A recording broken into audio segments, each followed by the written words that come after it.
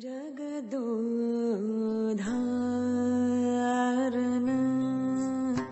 ಹಾಡಿಸಿದಳೆ ಶೋದೆ ಜಗದೋಧಾರನ.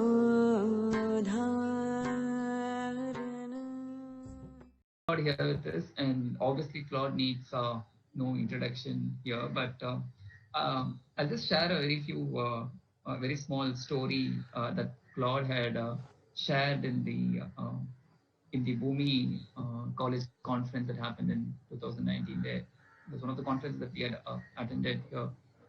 So Claude begins with saying, sorry about my language, but all the people in the conventional educational system are most of them who use their bums, and they end up using their bums, and if they are unlucky enough, they still continue to keep sitting on their bums for the rest of their life. That's something that kind of made a lot of sense to me, being from a conventional educational system, apart from the other things that he had shared in the conference. And to me, unlike most of the people who are working on this field, Claude has an inner sense of humor that he puts his things across, that kind of reaches out to all the state of people without giving very hardcore facts and figures. He puts it very jovially across. That's something very, very, I'm personally fond and connected with Claude. So thank you, Claude, for joining us. And it's a pleasure to have you here. And a lot of people waiting online to hear you. So I'll leave it up to you to engage the session. Yeah, I sort of, it's a bit, I'm sorry, I can't see any of you guys except you. Yes. So that's how the session is. So when you're talking, they'll be able to see you, but when you talk, your face will be seen to everybody else. Okay. So I was just putting down a few notes last night about what I would like to say to you guys. And if I open up a small Word file, it should not be a problem, no? No, not a problem. Do you want to share the Word file? No. Yeah, maybe it could be, because it's just sort of, it's just bulleted points. All right. So, and I don't know whether it makes sense, but I don't mind sending it across to you. Let me just put it into, okay, now I've got it, and I don't know how to share it with you guys, but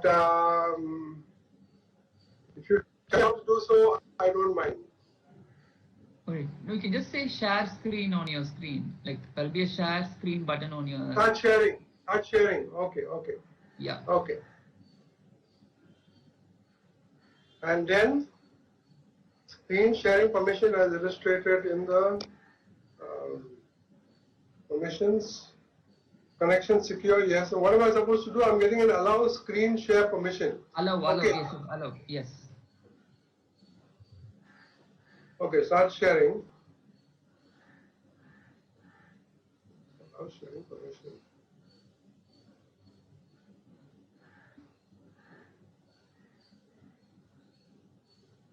Well, some of these old jackasses like myself don't seem to figure out what these things Claude, are. Claude is okay if it's not shared. I think you can both talk and then maybe share the file later with the email. I can send it to the participants there. That should work faster for us.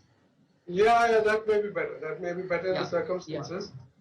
You have to consider that you are dealing with a 71-year-old jackass who has no competence whatsoever with too many of these latest programs, and they keep pulling these programs on you, every second week, and that's one sort of learning I'm not particularly interested in, because it's learning to deal with the technology that is changing every other day for no real reason at all.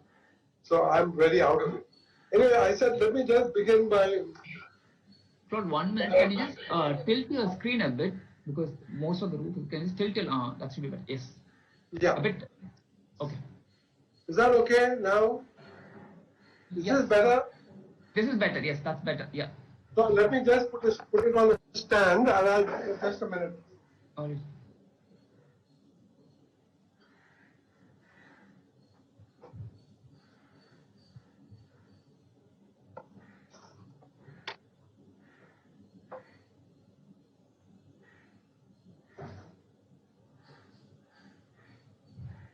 Is this better? Yes, that's much better. Yes, yes. Yeah, because this is a stand for raising the platform so that I don't strain my neck looking downward all the time. So is that fine now? Can everybody see me? Yes, yes, they can. Yeah. So I am right now sort of trying to get to look like Narendra Modi after 21 days of lockout. And how close do you think I've come there? You are almost there, 70-80% there. If I put on his pair of glasses, my glasses are a little bit different. But if I put in those type of a square, and if I also pat my head down, maybe I can get my wife to trim it down a bit. Then I think that I would like to punish myself this 21 days lookalike of Narendra Modi, and then see whether I can undo some of the things that he does. Anyway, this was one of my ambitions. So I said 21 days. Now he's increased it to 40 days. And after 40 days, I think perhaps I'll have a beard and hair that is long enough to wrap around my neck so that I don't have to wear one of these masks all the time. So let me begin by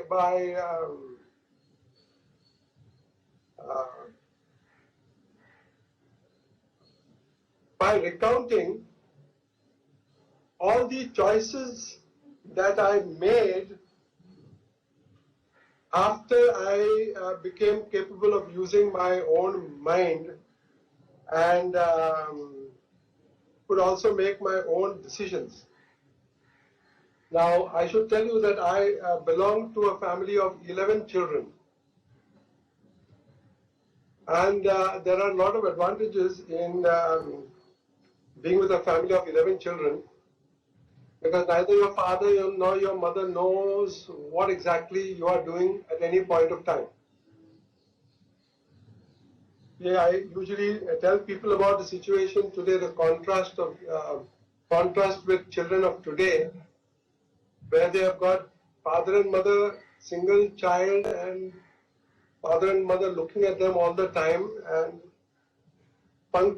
life is punctuated with an endless series of don'ts. Don't do this, don't do that, don't climb here, you'll hurt yourself, don't touch this vase, you'll break it, don't touch that knife, you'll cut yourself, don't do this, don't go to school, don't look at that girl, she's not from your caste, don't get married to this one, don't fall. It's an endless series of don'ts which you safely avoid by having 11 children.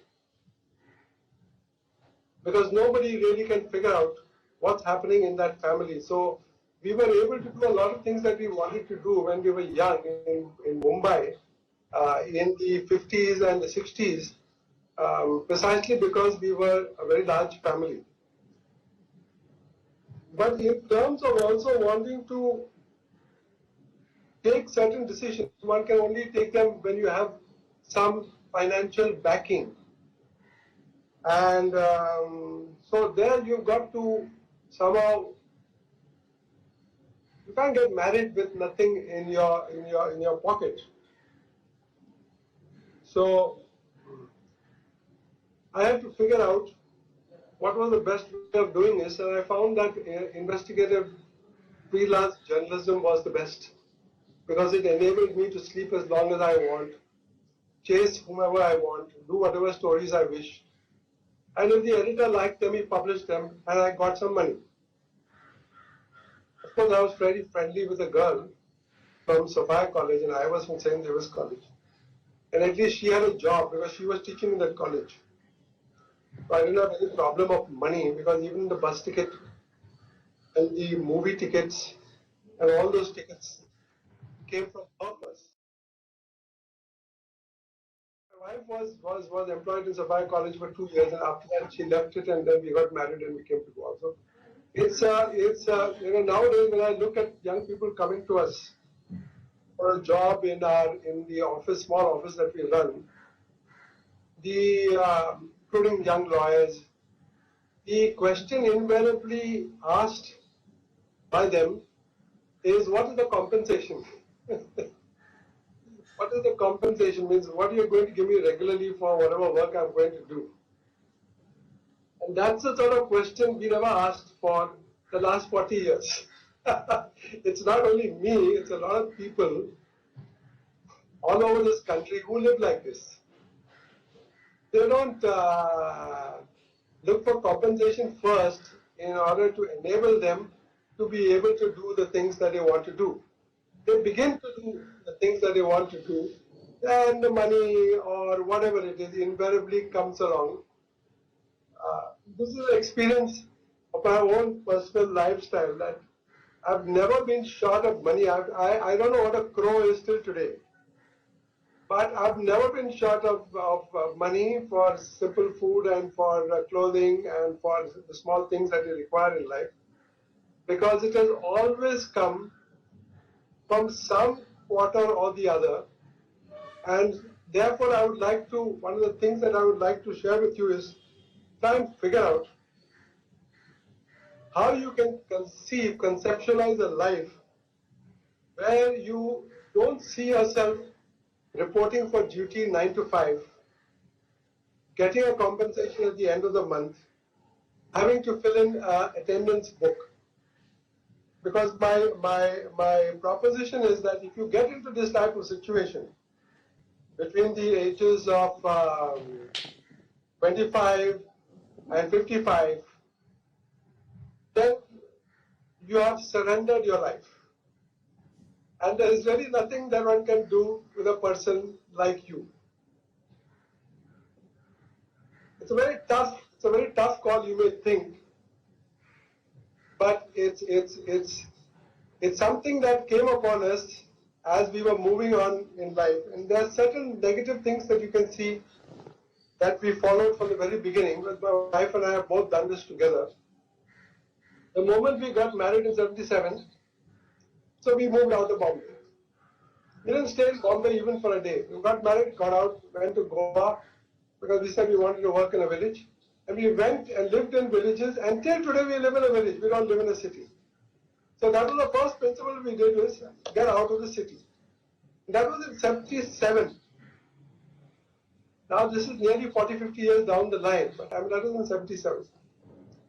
And we have never regretted it at all in any way. You think that, oh, getting out of the city means getting out of this, getting out of conveniences, friends, this, that, and all that. But if you look at it, actually today, if you got out of the city, it's even more fantastic than if you got out of the city in 77. Because when we got out and lived in Goa, in a village in 77, there was not even a telephone. And there was no internet. There was no connection with anybody else.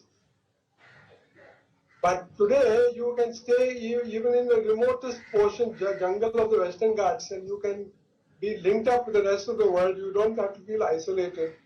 And you can have the best of all possible worlds, including 100% pure air and pure water, just by moving out of the city. The second thing we did was we moved out of academic careers. So people living in cities, people doing academics. We said academics, doing this BA, MA, PhD, not that I have a PhD, my wife has a master's, she has got a degree in law, whatever it is. But these were done incidentally. They were not done because we wanted them. They happened. I can tell you my PhD, I landed up in Holland in 1974 because a friend of mine said, come along there, we can have some fun in Holland. So I went there, and then he introduced me to his professor. So then they said, can you do some work from us? You're from India, we want to understand India. So I said, okay, I know at that time nobody can understand India, but at least whatever I knew, I had an ability to write. So I said, I will help you out. So I wrote something for it, they liked it, and they said, why don't you do some studies? We'll find a fellowship for you. And 4 months later, they said, why don't you register for a PhD? So that's how it happened. I didn't, chase a PhD. But once we finished, then we decided that academic careers were the pits. I mean, but you don't get into academics if you want to do anything serious in life. Because you're condemning yourself to a life reading words. And words, as Jinan will tell you from Kerala, is basically a second-hand experience of the world. So we got out of academics and we never went back to university. My wife was teaching in Sophia College. She was so good that they had kept a 2-year lien on her job. She said, they told her, you're going to the village, you will come back. So we're keeping a job for you. She didn't go back, of course, because she found village life more interesting. That was the second no to academics. The third no was getting out of the religion in which we were born. Now my wife is still a practicing Christian, but I am not. I don't practice anymore any of the religions because I've grown out of that because I found that too claustrophobic and too much linked to storytelling of a very particular kind for a very particular culture. So I gave that up. But more important thing is I also got out of a devotion to science. Because this is a whole mythology that was created about how you should, do science, everything should be done scientifically, and you should think scientifically, you should think, you should only accept things that are given to you by science. And what I figured out after 30, 40 years of working with nature, with farming, I figured out that whatever you want to know about science, you got to first learn to know about how nature works. But science cannot be contrary to nature. And whatever science does, they keep saying, we're trying to understand nature. Now you can understand nature in 2 ways. One is directly by seeing how nature functions, or you can understand nature theoretically by going through all these different scientific traditions and trying to see what the great people there have said and how they should look at it and so on. With the result is now, if you reach the latest physics, there are maybe only about 100 people who understand what the special theory of relativity is or what the general theory of relativity is. And I can give you a very good example from my own professor, Professor C.K. Raju, the outstanding mathematician. And he is right now working on a new theory of gravitation. And he told me, just incidentally, that in 2010 he was given this Galileo Award in Hungary. So I asked him, how are the Europeans giving you an award? He said, yes. He said, they gave me an award because they had to. So I said, what was the award about? He said, there was a mathematical error in one of the equations of the special theory of relativity. That was not noticed by any of the physicists working on the special theory of relativity for 70 to 80 years till C.K. Raju discovered it. Now you can understand what I'm trying to say. You have this entire world community which was working on a special theory of relativity without understanding that there was an error in one of the equations. So you can figure out what is the state of our knowledge. We have reached, if you go through the theoretical route, we have reached a level of abstraction that only a few people can really understand. And even those few people, if they don't really properly understand, they also will be making errors. So I realized that if you bypass this and you work directly with nature, and that's why I got into organic farming. Well, in organic farming, what do? We try to raise crops exactly like nature does. We may not be able to imitate nature in a very perfect way, but we can come close to it, and most important, we should not do things that nature doesn't do. If nature doesn't do things, then you should avoid doing them yourself. And one of the things that we discovered in studying, working with plants, is that something like 97% of the nutrition of plants comes not from the ground, but from the atmosphere. 40% oxygen, 40% carbon, 15% nitrogen comes from the air. It's only the things that can't come from the air, that is the minerals, 3% that comes from the soil. But in our present agricultural practice, come from this theoretical approach, we today give 97 nutrition to the soil and hardly anything from the air. So we think that the plant is dependent on us giving it 97% of its nutrient. Well, actually 97% of the nutrition of the plant comes from the atmosphere. Now this is standard biology. You can ask any biologist, or you can ask any plant, you can ask any botanist this, and he will tell you that this is the truth. I asked so many agricultural scientists, if that is the case, why are we putting so much of stuff into the ground? And then till today, I can tell you not a single agricultural scientist has been able to give me an explanation why in our agricultural practice we do completely the reverse of what we do from the way nature operates. So if you look at a forest, for example, a forest is a self-containing system, but it produces at least 10 to 15 to 20% additional biomass every year. There's nobody who goes around putting pesticide and fertilizers in a forest. But the forest is able to maintain itself. If the old trees die, they go down, they become part of the soil, the leaves become part of the soil. The ground cover that is provided by the plants, by the dead leaf, they keep the humidity in the soil. And the plants, the entire community of plants, trees, operating at different levels of the canopy, taking the sunlight from different levels, the way the termites, the earthworms, and all the soil bacteria operate, and how the system operates, you'll be surprised to know that very few people have done any direct observational work. Only now the studies are coming out which show perhaps that plants are probably more intelligent than human beings. They may be stuck in the ground, but they still know how to move. There are two books, for example, which I read, which show that in the Himalayas and probably also in the Alps, the trees which have been growing there traditionally have been moving either above or below a certain spectrum which they used to occupy for many years, solely accommodating to the problems of climate change. But the trees have already decided that the spectrum which they occupied for so many years may not be suitable for their survival.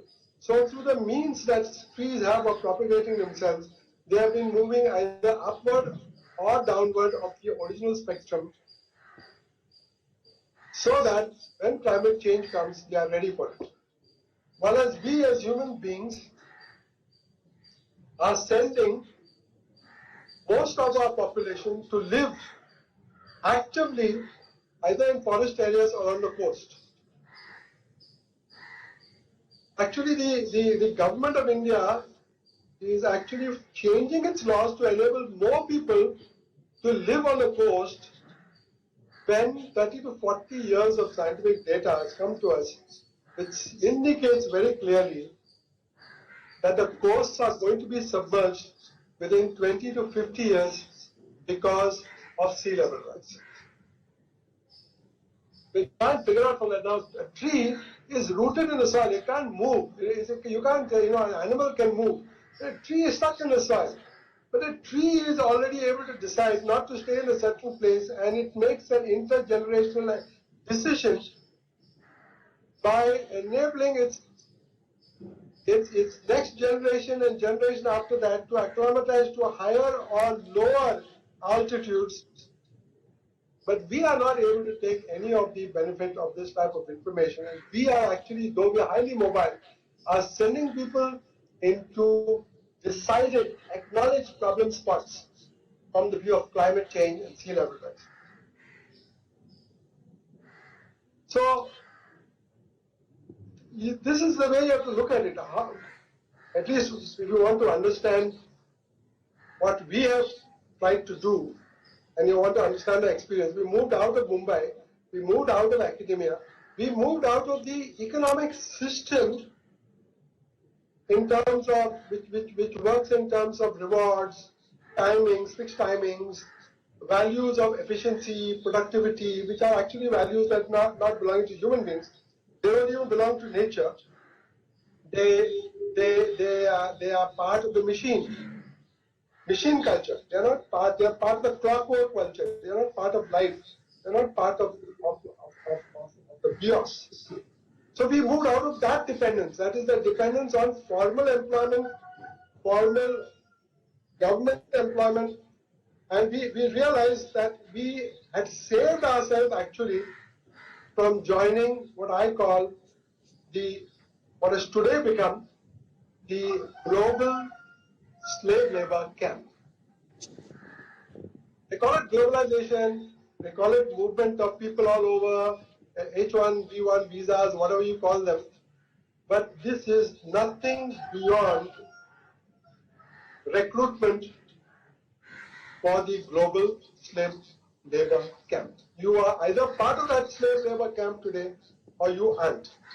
And if you can move out of that economic system and its sense of values and dependence on paid compensation, regular employment, career, promotions, retirements, etc., then you're out of the global slave labor camp. Otherwise, every decision that you're going to make is going to be determined by how your movement in this global slave labor camp can be made a little bit more comfortable than the others. So when you're young, when you are in a global slave labor camp, you have to literally spend 18 hours a day. When you become the chief executive officer, maybe you don't have to spend that much time. Because you get more time. The more compensation you pay, this is the myth. The more time you get on your hands, and the more you are able to do things that you want to do. But in real life, what do we discover? We realize that the time to enjoy life is the period between 16 to 30 to 35 to 40 years. That's the time when your body enjoys life. Your body enjoys life. Sex is the most wonderful in that period. Eating is extraordinary. You can taste, you can enjoy all the most beautiful things that can be cooked because your sense of taste is good. Your teeth are good. You can bite things. You can bite sugarcane stalks. You can't bite them now at my age. You can't move because at the age of 50 to 60, going through the system, you have already become completely immobile. You have become a bum character. What I call a bum character means you are very comfortable if you have got a place to sit. If you are in a bus, you want a place to sit. If you are in a train, you want a place to sit. If you are in an office, you want a place to sit. If you are going for a meeting, you want to go to a place. Because you have lost complete sense about what you should do with your feet. Your feet today, most of us, would actually be amputated below the waist because you don't use the feet anymore. I mean, in the sense in which we are supposed to use the feet, that is walk, run. We will stop running completely. I started running again. My wife started running again at the age of 65. That's what it takes. It's not something that the so-called things that I'm telling you are not something we discovered 30 years ago. Some of the things we have done, some of the things we have discovered now, like running, we discovered only in our late 60s. And today my wife got back on the cycle and I was showing her, she was cycling, she knew, but she was worried because if she falls, she feels that she may break a bone or something like that. So I've been trying to show her how to do it. And we got a very cheap cycle and she's now loafing around in the village and hopefully in 10 to 15 days, she'll be going here and there on the cycle. So she doesn't have to, be taken here or there or whatever it is. So the most important thing was getting out of that economic system. That is, she was working in Sophia's and I was working in St. David's College. We said we get out, and we never went back to formal employment again. And the most significant thing is that we were able to ensure that all our three sons, who are now your ages, they are between the ages of, I think, 30, I never know my son's ages, but they are probably between the ages of 33 and 40. And they're all their own bosses. None of them are in fixed employment. They do things, they get up when they want, they sleep when they want, they are highly prized in their fields. All their skilling is of their own. We have not taught them anything. We have not given them a single rupee for their education. We didn't borrow any loans from any bank. We didn't send them to any foreign university, because if you go to a foreign university, you take years to get out of what they taught you there, and before you can readapt to things that are happening in this country. But then we moved out, I said, and it was a city village. We moved out of the educated class. That's a very important thing. If you remain with the educated class in these so-called apartment blocks, in the world of the middle class, upper middle class, then you are going to live an insulated life all your life. You will never know the things that happen outside. And if something like COVID-19 descends on you, then you become so paranoid. You are only listening to what the other person says. You have no mind of your own, and then the government or the system can do with them whatever you want.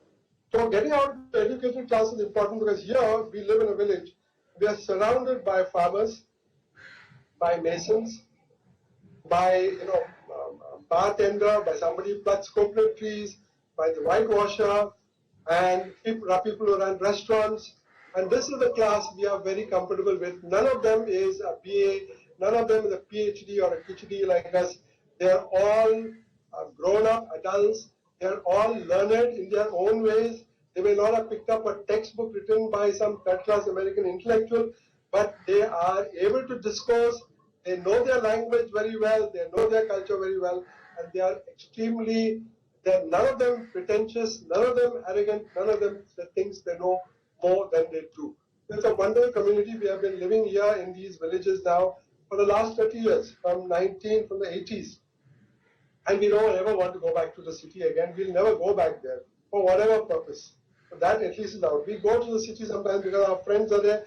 We go and visit them for 2 days and we come back. Bangalore, we refuse to go as far as possible, because even 2 days of Bangalore is enough to kill you. And we don't go to any other city. Delhi, we just avoid. I think it's time for people like us, when we go to Delhi, to demand that they give us special insurance, even if we come there for a few hours. So many of these places have become hostile to human beings. So we don't see any reason why people like us, who are normal human beings, should be seen in such environments, except under duress because of our past, expertise or whatever it is. But otherwise now, for these 21 days of lockdown, we are very happy in the village. We have not gone anywhere. We have seen the need. And when Mr. Modi said that he is going to extend it to 40 days, he said, very well, there's no problem whatsoever. And we have come to the conclusion that maybe we require less activity rather than more activity. Because with no activity at all, we have already ended up with pure air in all the cities. We are able to see the Himalayas again. We are able to see the Jamuna free of pollution. We are able to see the Ganga free of pollution.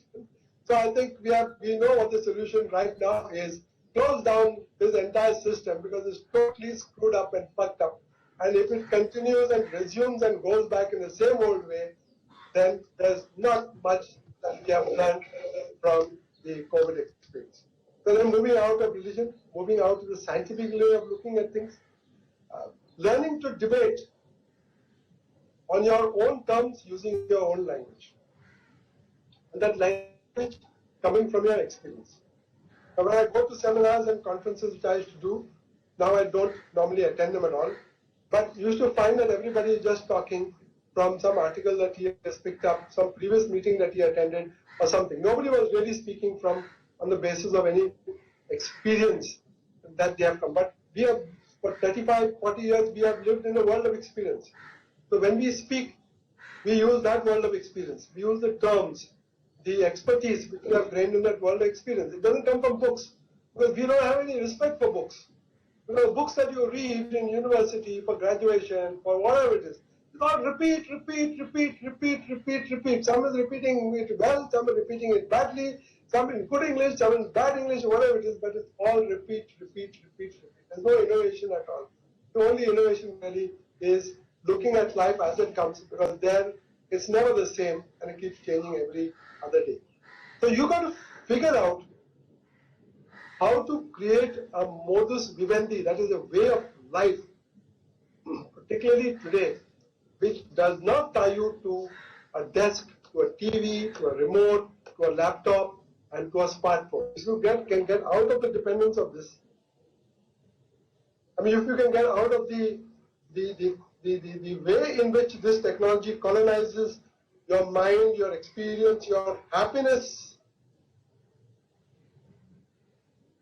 then I think maybe it will take some time for people to adapt to it in a certain sense, to deal with it, but at some stage you've got to get out of this. Because what it does is, what this whole system is doing consciously all the time is, it's actually moving you out of your own life, what nature has endowed you with, your genetic potential, whatever you have learned in life through experience. It's steadily saying that all these things are of no use. Get them out. They're all an obstruction to good business, to good efficiency, good productivity. Get them out of your mind, your way of behaving, the way you conduct yourself. Get them out, because they are sort of a noise, they're sort of an interference. And unless you get them out and you get more of the IIM, IIT, the ICT, all these type of things, unless you get them into your fixed drive, that is your brain, we are not able to use you. We are out. So whatever you really have got to offer to the world, they say they can only accept if you offer it in the terms in which they have educated you. The concepts which they have put into your mind, the theories which they have put into your mind, and the technology which they have supplied to you. So if you are able to work with that, they are comfortable with you, they will give you good compensation. Otherwise, there's nothing in that system for you. They don't want you at all. And that's why you find the situation today. We have 100 million people of India on the streets. 100 million migrants on the streets. Without these so-called migrants, who are actually adults, who are all skilled, they call them unskilled labor, but they're all skilled, your economy would not function. None of your economies would function. Your houses will not be kept clean in your cities. Your buildings would not be constructed. Your electricity wiring would not be done. Your cars would not be able to run. Without these 100 million migrants, try and see what the hell you are going to create for yourself.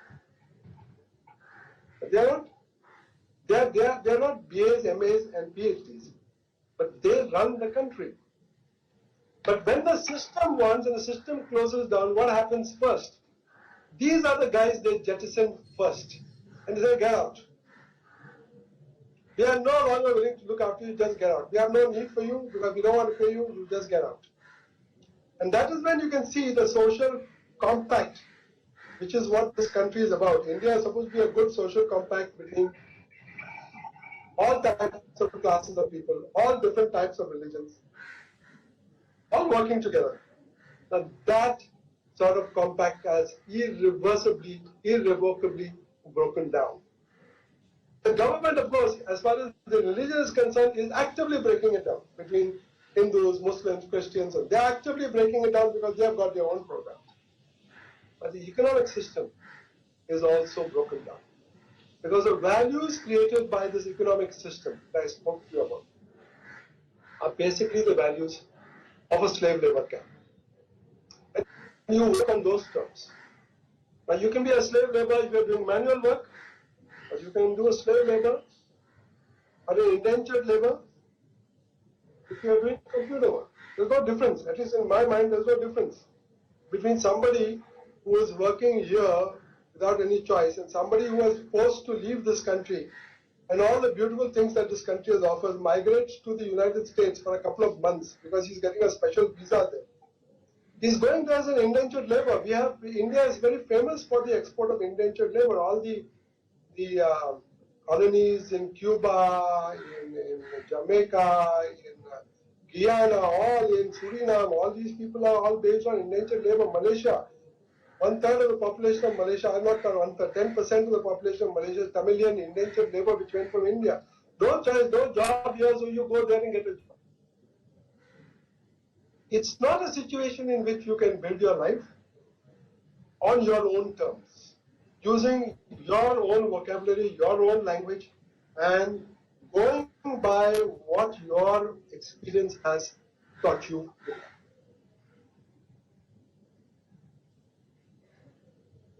So that's how we have got to, that's how we have tried to, in a certain sense, protect ourselves.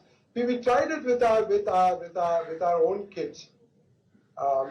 We tried it, but we decided very early that what would happen in our family would be that we would zealously, with fierce commitment, protect the learning desires and what you would call the thrust, the learning thrust of our three boys. So we didn't put anything into their heads, but we just watched what they were very happy doing. And then we supported them in what they were doing. We never said, "Hey Baba, my eldest boy was interested in snakes." We never said, "What are you going catching snakes for? You will get bitten by a snake, you will die from a snake. What sort of a living can you make from catching snakes?" We didn't put any negative ideas into his head. We said, "You want to work with snakes? Go and work with Romulus Whittaker in the snake park." So he went to Romulus Whittaker and worked with him in the snake park, in the Mahabalipuram crocodile bank. And then he worked with Nilim Kumar Kehre in the Pune snake park, and he came back with all his hands full of snake bites. But today he knows what a snake bite is. He knows how to catch a snake. Yesterday he had a video of him catching a cobra. He's 40 years old now. He was called to somebody's house to catch a very, very wild, vicious cobra. And he sent us a video of it, and looking at it, you get worried. He said, how the hell is he managing with this guy? Because the cobra is very determined to get its fangs into him in some place or the other.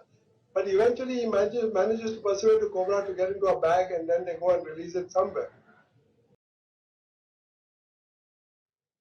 One day he said, "Okay, now I'm ready to start my music. I want to start my music." And he started his music. He started learning. He started learning. All these three boys, the youngest boy, etc., all of them studied from the net. They didn't go to university for any purpose. They went to college. They picked up degree, but we told them that to study what is there for those degrees, you will damage your brain. So you just go there, show your face. If you can just find some way to mark your attendance. Get some degree, because that will be there for you in your pocket if you want to. If you want, we don't believe that a degree is useful in any way whatsoever. But we are leaving the decision to you. They said, no, we will go because all our friends are there. So they went. But they studied nothing that the university taught them. In those 3-4 years, they studied whatever they wanted. We protected them.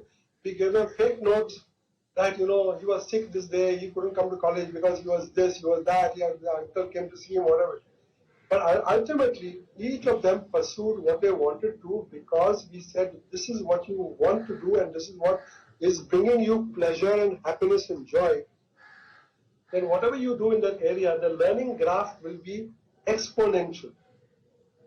If you're doing something in which you have no interest, but you're doing it because your parents want you to do it, or your teachers want you to do it, or your university wants you to do it, or your degree wants you to do it, or whatever it is, then chances are your learning graph is going to plateau very soon, just like this COVID business.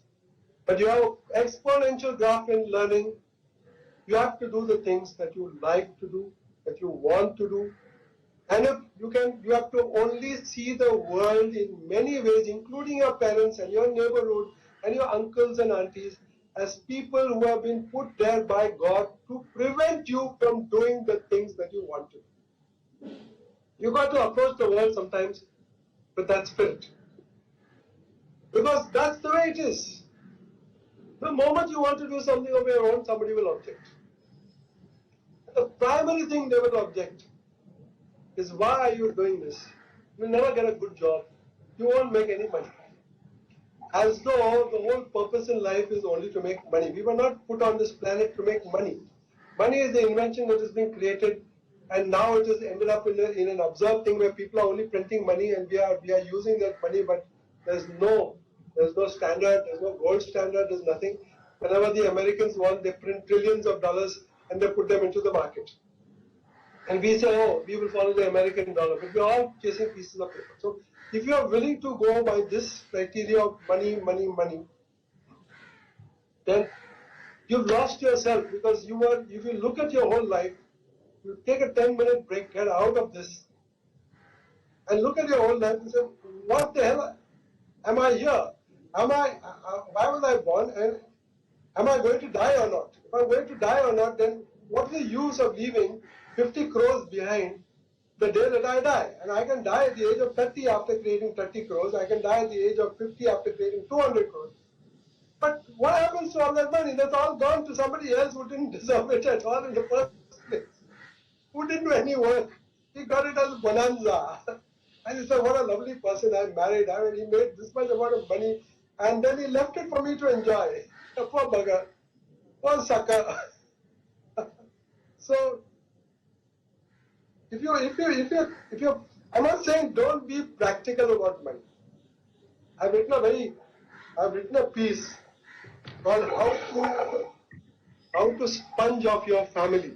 I don't know if some of you have seen it, but maybe I can send it to Cuckoo afterwards. It's basically how to sponge. You know, in English, the word sponging off means, it's a very bad word. It's like, you know, you've got a friend who is well off, and you don't want to do any work. So you latch on to that friend and you sponge off him, because he's a good-natured fellow, he's got money, he's generous. So you sponge off the fellow, and you eat with him every day, and you go to movies with him because he buys all the tickets, and you do everything with him because everything comes free.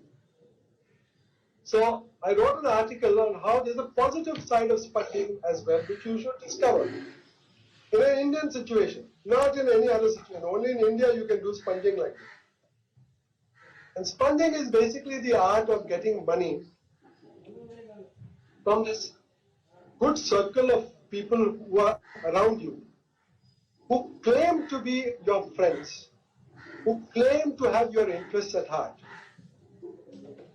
who also have a lot of money stashed away, either in banks or in shares or in all sorts of gold or whatever. And I've highlighted the fact that, look at this, your parents who say they love you and they want the best for you are willing to give every year 5 to 6 lakhs or 10 lakhs or 20 lakhs to a bank, to somebody whom they don't know, and in today's environment whom we shouldn't even trust. You see this Modi and all these guys, they're willing to give money to all these guys in the anticipation of getting some piddly interest. But they say, no, we love you, and we are very happy, and we want you to go to do everything in life, and we want you to be a happy person. But when the money comes, they said, we give it to this guy whom we don't know at all, and he'll be transferred out in three years from here, and then another fellow will come, and we'll get some money from there. And he said, for what are you gathering all this money for? Now, my wife and I are not cropatis, because we never were employed. We don't have provident fund. We don't have pension fund. And nobody is willing to insure us. Somebody came to us and then they said, why we will insure you, and also they said, oh, but you are above 65. No, our insurance policy is only after 65. So nobody is willing to insure us. Now, fortunately, he didn't insure us because I'm 71 now, and you can imagine the money that I've saved by not giving it to this fucking insurance company. So you can live a very decent life if you don't pursue the goals of the system. If you are in the system, as I said, as a part of the slave labor camp, then all your money that you earn, and the more you earn, is only to improve your status, to improve your clout, to improve the way the neighbors look at you, to keep up with the Joneses, what they used to say a long time back. And ultimately, having done all that, and also buy some expensive booze to show the people in your building that you are doing well, etc., etc. And all this you keep doing till one day you realize that now I want to do things by myself. I'm no longer able to do so. I lost the use of my teeth. They're all ground. They all got holes in them. I'm not able to taste food anymore. I've got diabetes, so I can't eat so many damn things. I can't walk because one of my knees is damaged. I have to go for knee replacement therapy. I've already got, these, what they call these pacemakers or stents or something put into my lung. And what sort of a life are you going to enjoy in this type of a dilapidated condition with even 500 crores in the bank, Salah? What sort of a life is this? Far better to have your own goals, find a companion who shares those goals, who is also more or less in the same world in which, as far as these values are concerned. And there are so many people whom I know. If you take, for example, in Chennai, I've got, in Tamil Nadu, for example, you've got Sangeeta Sriram, Ram Subramaniam and Rama, Piyush, Manoj, Anantu, so many guys. You know this guy in Coimbatore, Padmanabhan Gopalan, who made, 5 to 6 years ago, began collecting food from weddings and feeding the people in the slums with all the waste and so on. And all of them are very happily married guys. They've got partners who share everything. They share their own madness, you may say. But the main madness comes in having a sense of values and goals which are determined by you and not by the system. Because they're determined by you, they're reasonable. They're manageable. If they're determined by you and your perceptions of what is the good life, then whatever else other people say can go to hell. Because whatever opinion other people have of you is going to go the moment that you die. You're dead and gone. After you're dead and gone, this world is of no consequence to you in any case. So why are you bothered about what happens after you are gone? And why are you bothered about while you are alive, somebody is saying something, oh, this guy is a poor guy because he's wearing the same pant 3 times a week, and I'm wearing a different pant every week. So why do you have to bother about those things? It requires some determination because, as I said, the whole public is going this side. The whole public is moving this side. And the pressure is that if you don't move in that direction, then you are in some sense of failure. Because you have not achieved all the goals that the system put up for you, which you should have achieved in some way or the other. So success and failure is something that has been made into a big thing nowadays. It all depends upon who decides what is a success and who decides what's a failure. I had Jack, who was our young man in our neighborhood, who didn't do anything for 7 years. For 7 years he didn't do anything. He just couldn't figure out what he wanted to do. At the end of 7 years, he got some idea about what he wanted to do and start. But was those 5 years wasted? Was he a failure for those 5 years? No, because he has invested his time very well. Pursued something, pursued his ideas of what he wanted to do in those 5 years. He found that all the things that were being offered to him were rubbish and would not enable him to do what he wanted to do in life. So he just kept rejecting them for 7 years. Like some people reject, for example, a girl that is offered to them, or a girl rejects all the 50, 60 proposals that are brought to her of young men, and she rejects them. So in the same way, this guy rejected so many things that were put before him. I don't like this, I don't like this. Now that happiness conference, economics of happiness conference, which I attended, I think in 2014, and which you adverted to. I that time before me the results of the World Survey,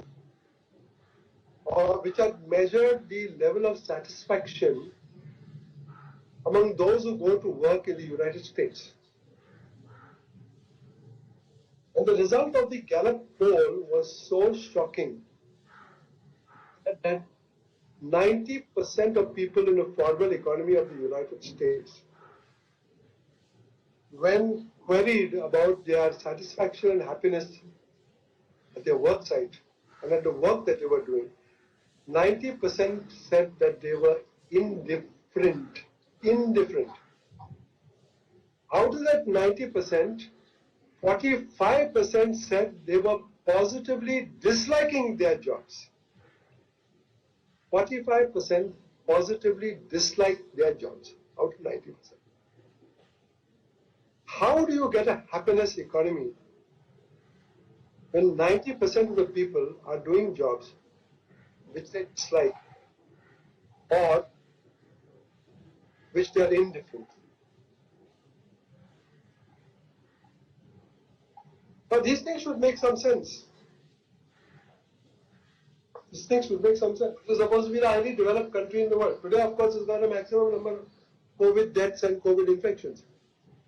They've got trillions of dollars spent on nuclear weapons, and they've got not even a few $100s for masks for their frontline medical workers. Do you want to be guided by a society as crazy as this, as insane as this? Do you want to work as an appendage in a society like this, in an economy like this? This is a madhouse. The whole of the United States should be quarantined and put in a lunatic asylum. How could anybody even think about going to work there and find a meaningful job there is beyond. And to go there on a H1B1 visa to do some mechanical, IT stuff in exchange for a wage is a pits. It can't be your most desirable job. Maybe desirable in terms of the US dollars that you may get or whatever it is. But in terms of what you want to do, in terms of your own inner conversation, in terms of your own inner creative contribution which you want to make into this world, you can't do it on somebody else's terms. You can't do it as a serf or an employee of somebody else. You can do it only if you are your own boss. How can you be your own boss? Well, you can be your own boss. Like if you have Rajiv Malhotra, who went and worked for 20, 30 years, made millions, and now he's his own boss and he tells the rest of the people what to do. And like Bill Gates is his own boss because he also had his program and he got millions of people suckered into it, and now he's made a lot of money. Now he's his own boss. But you can also be your own boss. Those type of bosses nobody wants because they believe they have the truth and everybody else has to listen to them because they've got a lot of money and they can give you some of that money provided you listen to what they say and therefore you follow their programs.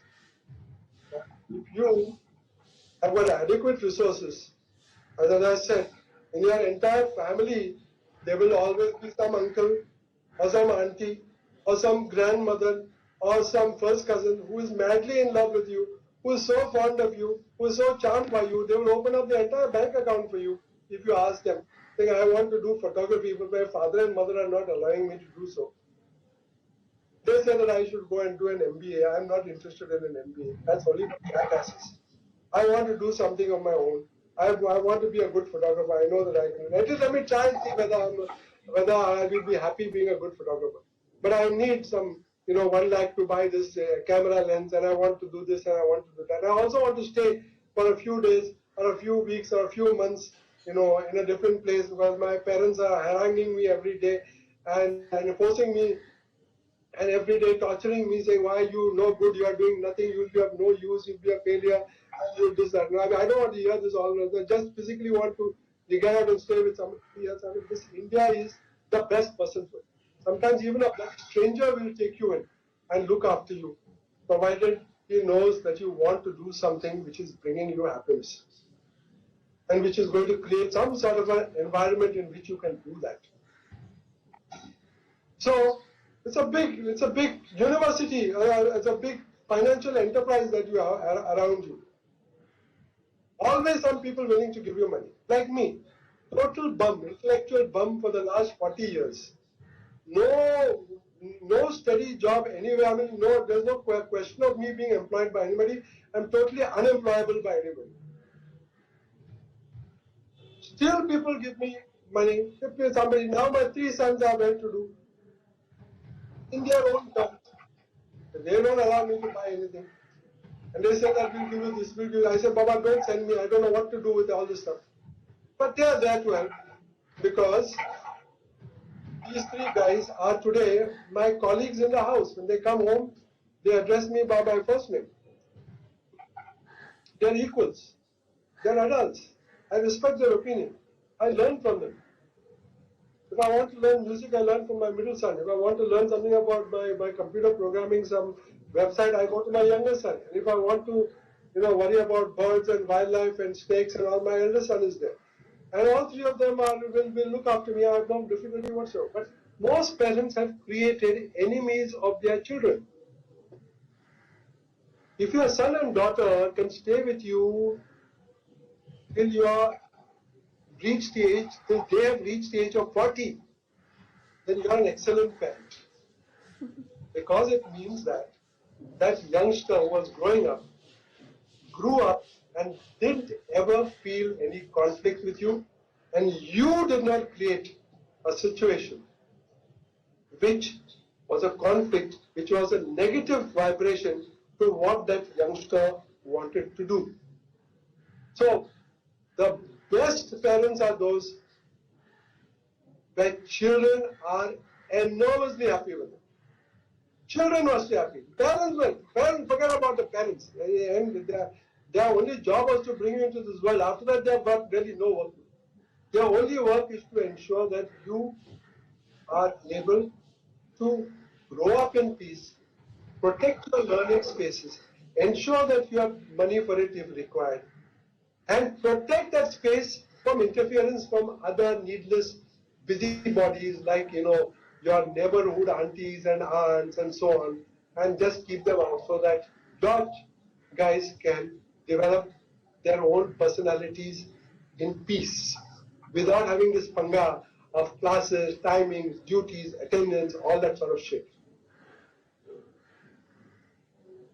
Anyway, I think I've spoken enough, So now some of you guys should ask me some questions and or interact. And I'd like to know from you guys, what's your experience of the world that I've shared with you right now? It's a partial, limited view of a fellow who grew up in Bombay, who now lives in Goa, who has traveled all over the world, who has gone even to Iceland, to all of Africa, to all of Southeast Asia, to Europe, to the United States, and found out that the best environment for life is the environment in which you were born. Thanks, Claude. Thank you so much for that speech. And we have already a lot of questions that is flowing inside.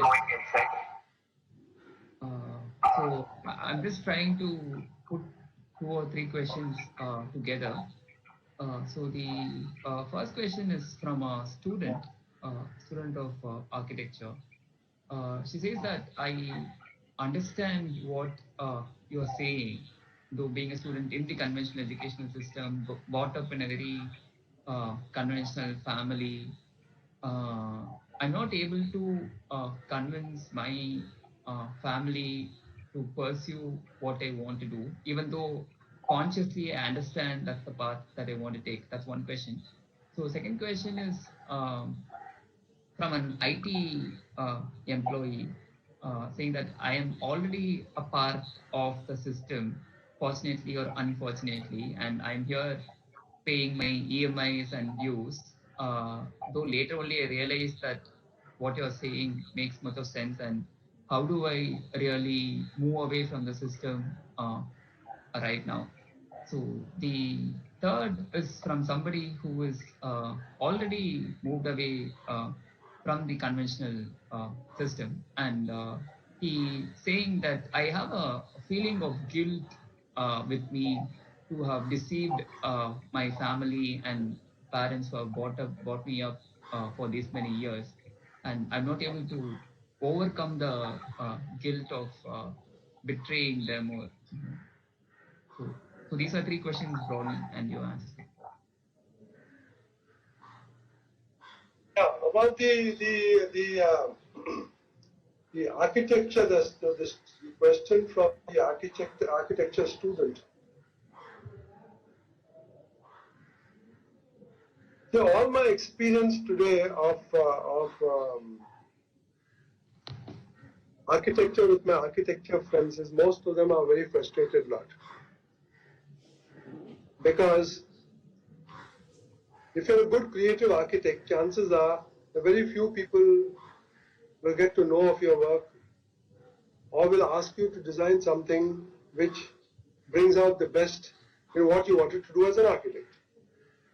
And most likely in the end you will migrate to some corporation where you will be designing these huge housing complexes or, designer lifestyle sort of things for the upper class. And that I don't know whether that will make you happy or not. The issue is because the parents made a decision for you, or did you make that decision too early?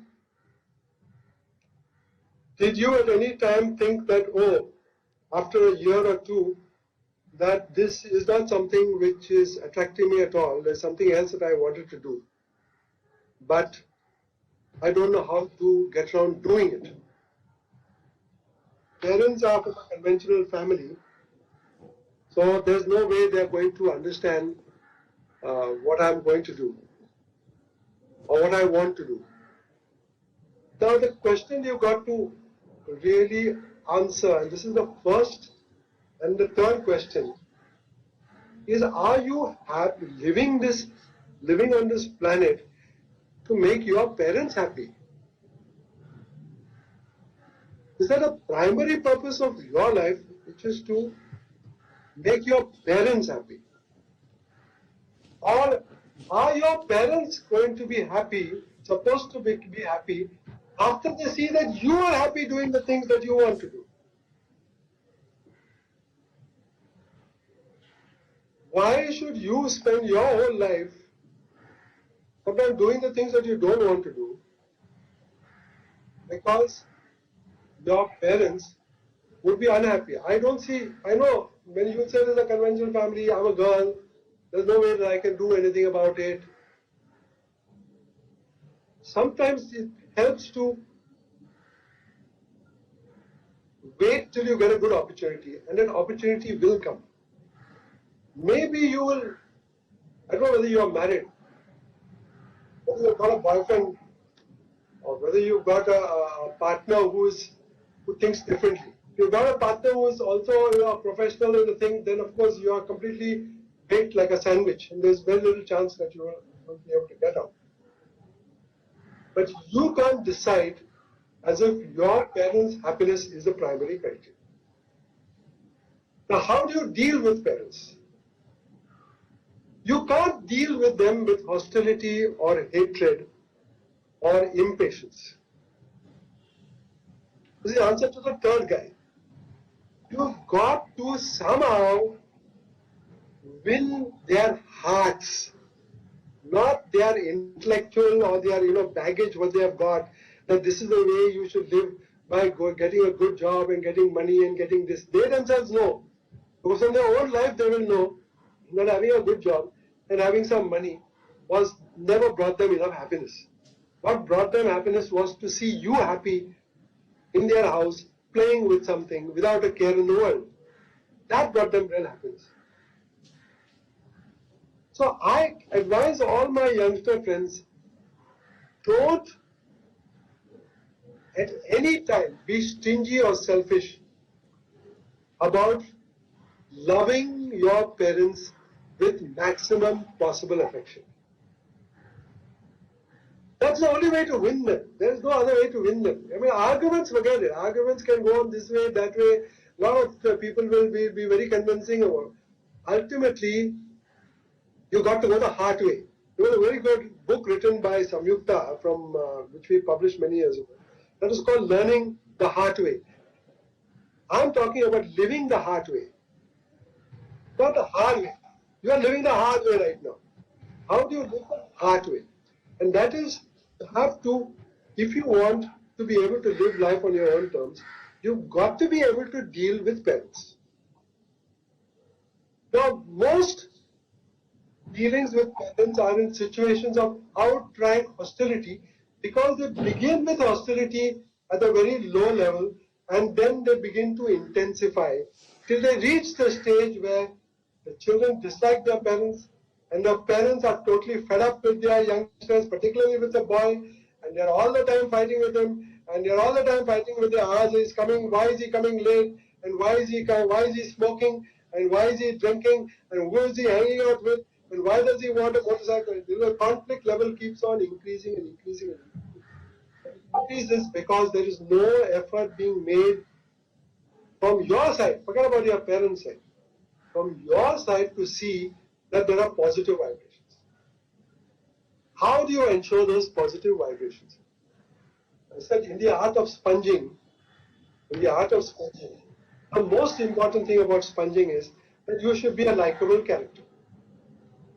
Don't be a character which anybody dislikes. If you are profoundly disliked by somebody, chances are that person is not going to help you at all. There are many things that you can do in this world for your parents, looking after them, looking after in the heart way, not in the intellectual way, because intellectually your parent is no match for you at all. No match.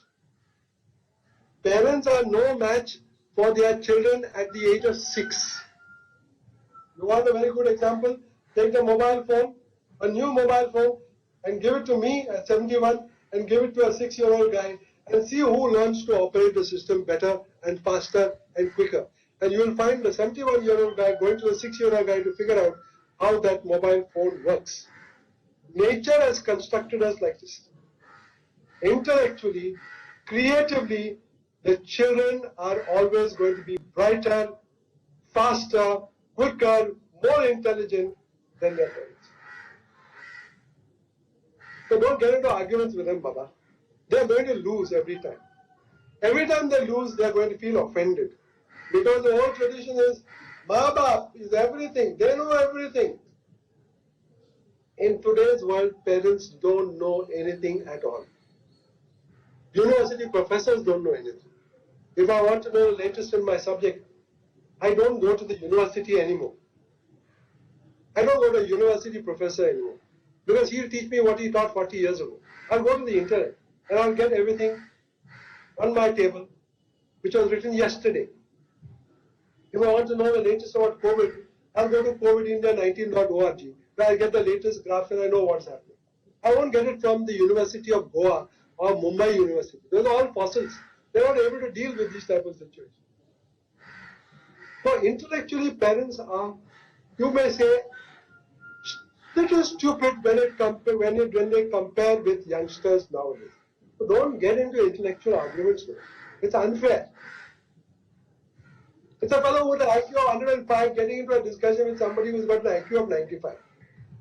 Just forget about it. But try to be nice. No, I mean, what's that problem about being nice, yaar? What's the problem? What's the problem about doing things in the house? What's the thing about looking after your younger sister, dropping her off wherever she wants? What's the problem about going here, going there, buying a railway ticket, helping your parents there? You want to go to Delhi, I'll book your ticket for you. I'll do everything for you. What's your problem? You have built up a wall of hatred. Well, start chipping away at that wall. No, the Berlin Wall went, so many walls have gone. People keep building up walls. Start breaking that wall. No? Go and start visiting them more often. Don't do it in a big rush. Do it slowly. Build up, break down those defenses. And one day tell your parents, look, I went into architecture. I shouldn't have gone into it. I'm not really happy with it. I would like to do something else. But don't ask for their consent, yeah. Their consent is, when you're before God, He is not going to ask you whether you did something because your parents consented to it or whether you consented to it. Ultimately, you're responsible for your own consent, not your bloody parents. Don't put the bloody blame on them. So you have gone into it like the Titanic for some, few hundred kilometers. It will stop at some stage because you take the decision to stop. Now start reversing or move into another track or another alignment or find somebody and find some support groups. Never do things alone. It's not necessary to do things alone. Whole city of Chennai, Bangalore, there are hundreds of people who are asking the same questions as you do, facing the same problems that you are facing with your parents, and trying to get out of difficult situations.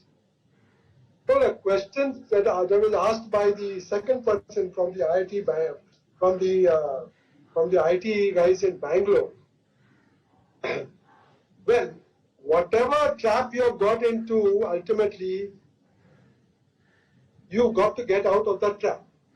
It is like the fly who ends up in a cobweb of the spider. The spider knows that he is the boss of the web. And the spider knows that one fellow has come and got himself entrapped there. The spider will go to him when he is hungry, not before that. Will go because he is caught in the web. He's not going to be able to get out of it on his own because that web is designed by nature in such a way that anybody gets entangled in it can't get out. But there are cases where somebody struggles and gets out of the web. Yeah, that's why you see some cobweb sometimes with a little bit of damage here, and the spider has got a means of coming back and repairing those patches. If you look at a web, you'll find a spider moving around with his spit and all his secretions and repairing the damages, because some guys do get out. So you got to get out at some stage. You got to examine why you went into IT.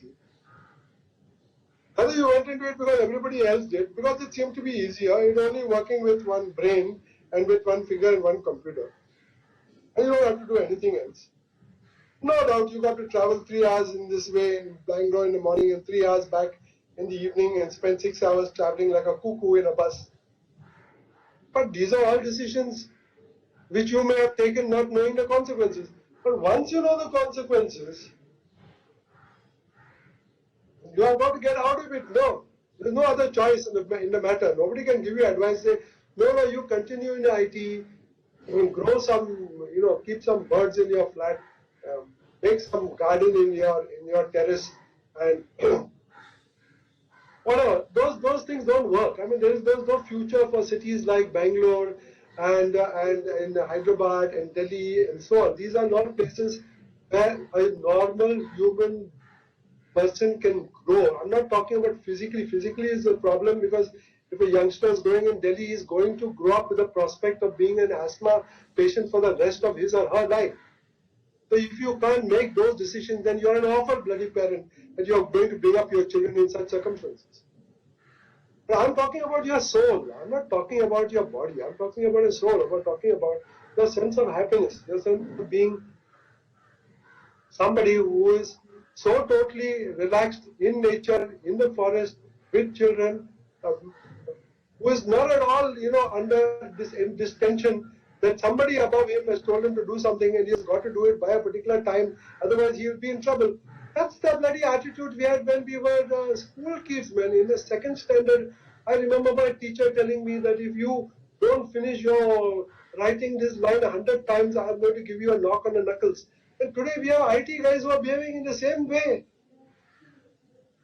I feel that if we don't do this, if we don't appear in time, and if we don't do this program, if we don't get that, then there will be a bad mark tomorrow when the time comes for knocking people up from the company. I'll be in the list that will be knocked off as people who can be safely knocked off. I will not be in the other group. So who is making those decisions? You are not making those decisions. Somebody else is making those decisions. So I have had a very drastic remedy for all people who work in these type of situations. You make up your mind. Don't ask me to make up your mind. You make up your mind and do it with your wife and do it with your children. Don't worry about your children. Your children are such adaptable creatures that they can adapt in any environment. But if you go to in a place outside Bangalore and you tell the children, see, if you don't like it, we'll come back here. If you don't like this, we'll come back here. If you don't like this, we'll come back here. There's no commitment. You always go to a better place. When you move out of the city today, you are going to go to a better place. You are going to do. And don't tell me that even IT jobs today can't be done from a village. My son, my youngest son, is working as a director in an IT firm based in Chicago. I don't know what he was doing, but he was operating from a room in our residence here in the village of Parra with the computer systems and with the internet that is supplied to us in Parra. This is not the best that you can get in terms of speeds if you are in Mapsa town or Panji or Bangalore, whatever it is. But still, one day when I asked his American friend, I said he had come here to see us. I said, what does my son do? So he said, he never told you. He said, no, we don't ask him because we don't even know whether we will understand what he's doing. He said, your son is helping us with he's actually a prime designer for an application by which our company is managing the trucking fleet of all the construction companies in the United States linked to repairs of roads in the United States. Well, this is doing in a village. We never knew. Today he is in New York and he has gone to Canada or whatever it is. But I'm saying that you're living here in this particular place. He was working on this for more than 3 years before we even knew this. And you don't really need that excuse anymore that you will be living in the city, there will be inconvenience, your children's education. And screw your children's education, yeah. What are they teaching them in the school nowadays, yeah?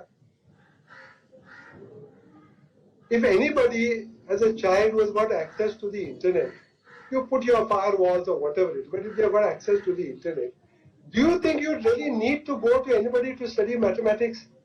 Chances are if they went to school, they would study under 8 mathematics teachers, and each one would teach them in such a way that would make mathematics so distasteful that a person would begin to have a hatred for mathematics all their life. But you want to learn mathematics in the best way possible, you go on the internet, no? You want to learn Spanish, you go on the internet, no? You want to learn farming, you go on the internet, no? The best organic farmer in Delhi is a former lawyer who shifted out of lawyering and went to Noida. She bought some land there. And Aparna, Radhakrishnan, today she is the best organic farmer in the city of Delhi. And I asked her, Aparna, how the hell did you become an organic farmer? You didn't come for any courses. She says, I'm a Google organic farmer. I found that very entertaining. I said, how long? She said, it took me 3 years. Today, I don't need help from anybody. I study everything from Google.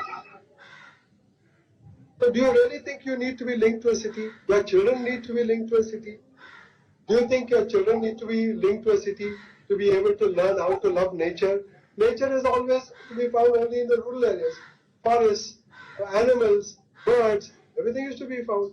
I have found that if you take children from the city and give them a can of earthworms, they forget everything. They forget their father, mother, lunch, tiffin, they'll everything. They are so happy with earthworms and they will play with earthworms for a couple of hours. Children's interests are not going to school.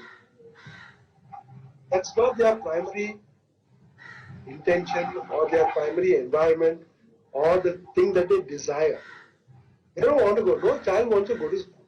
Child wants to go to school maybe because they're fed up of the situation at home.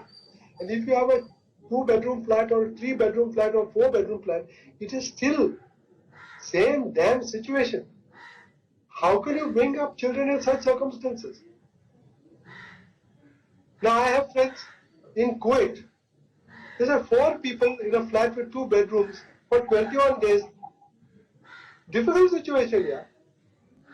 But you come to a rural house, we have got our own vegetable garden, our own chickens, ample rooms, and you're totally free. We've got our own water, we've got our own vegetables. So why would I want to give this up and go to live in a flat in the city? You give me a 20 crore flat in the city of Bangalore free of cost. I will refuse to come and stay there. Seriously. But I've seen what Bangalore has become.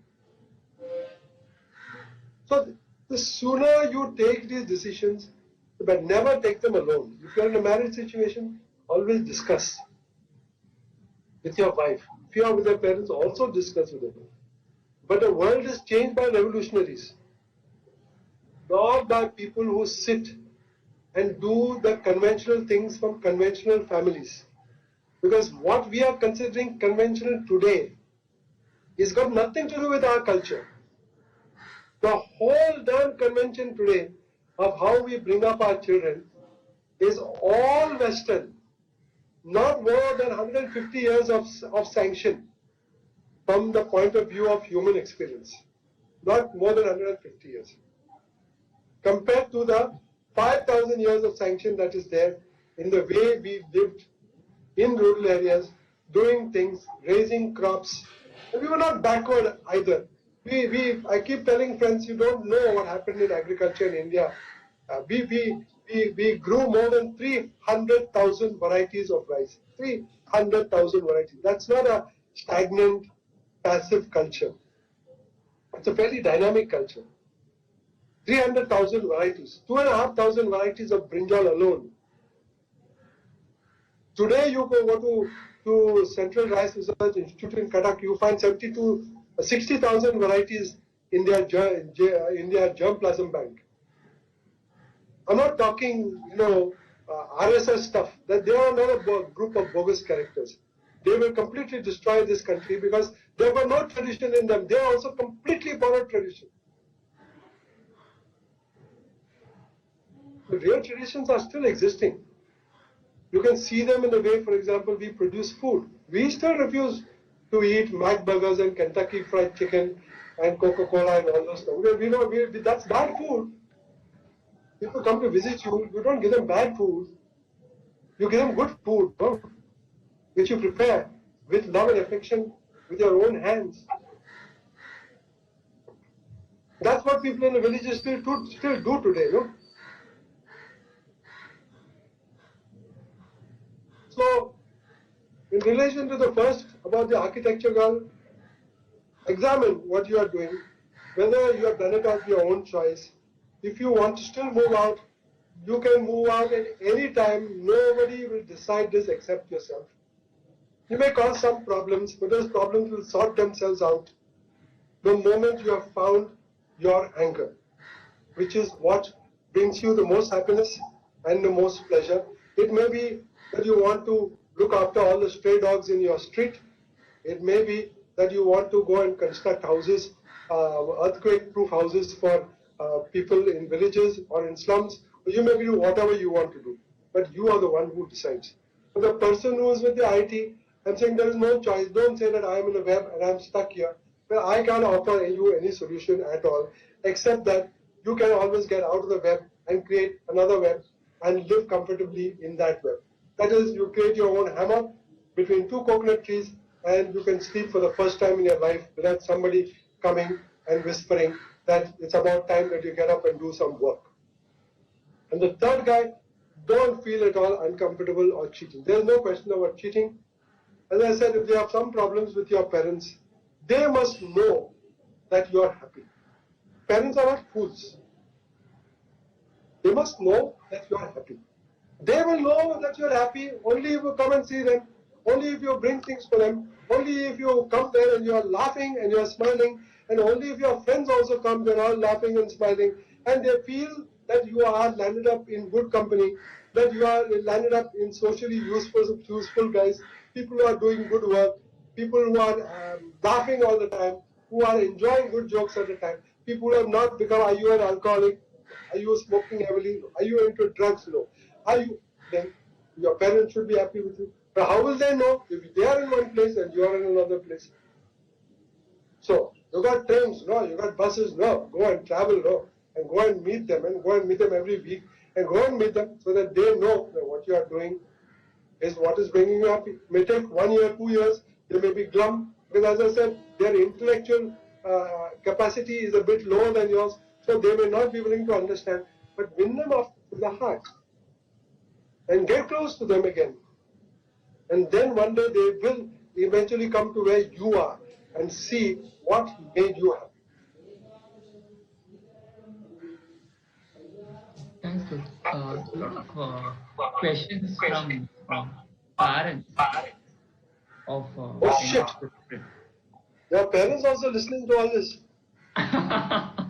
But of younger children, I believe, not the older children. So the question is, there are a lot of questions. I'm just trying to pick up a few words from all the questions and put it together. The Just question let me go and get a glass of water. yeah, sure, sure. It'll take me just a minute. Sorry.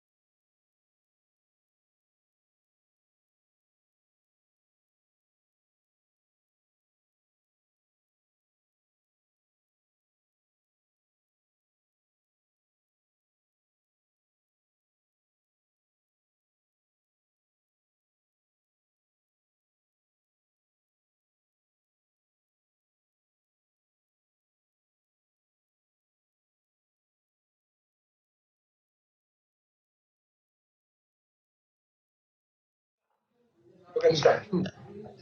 So, so the parents about 5 years old, 6 year old, and 9 year old children. That's where the question is from. The question is about freedom, the ability to choose, about responsibility, and about being in a conventional system of sense and still being able to give the freedom and the limits of the freedom and proportion that we can give the children, and also the difference between like where does the idea of intuition come into place into children vis-a-vis the intellect? How do we grow into it? That's briefly what they have asked.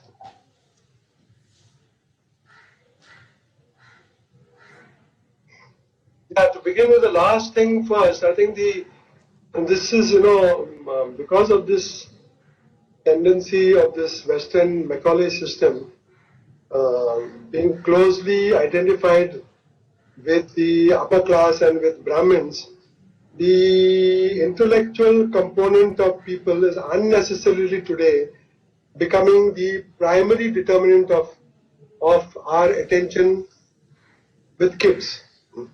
We think that somehow main focus of parents is to worry about the intellectual development of the kids.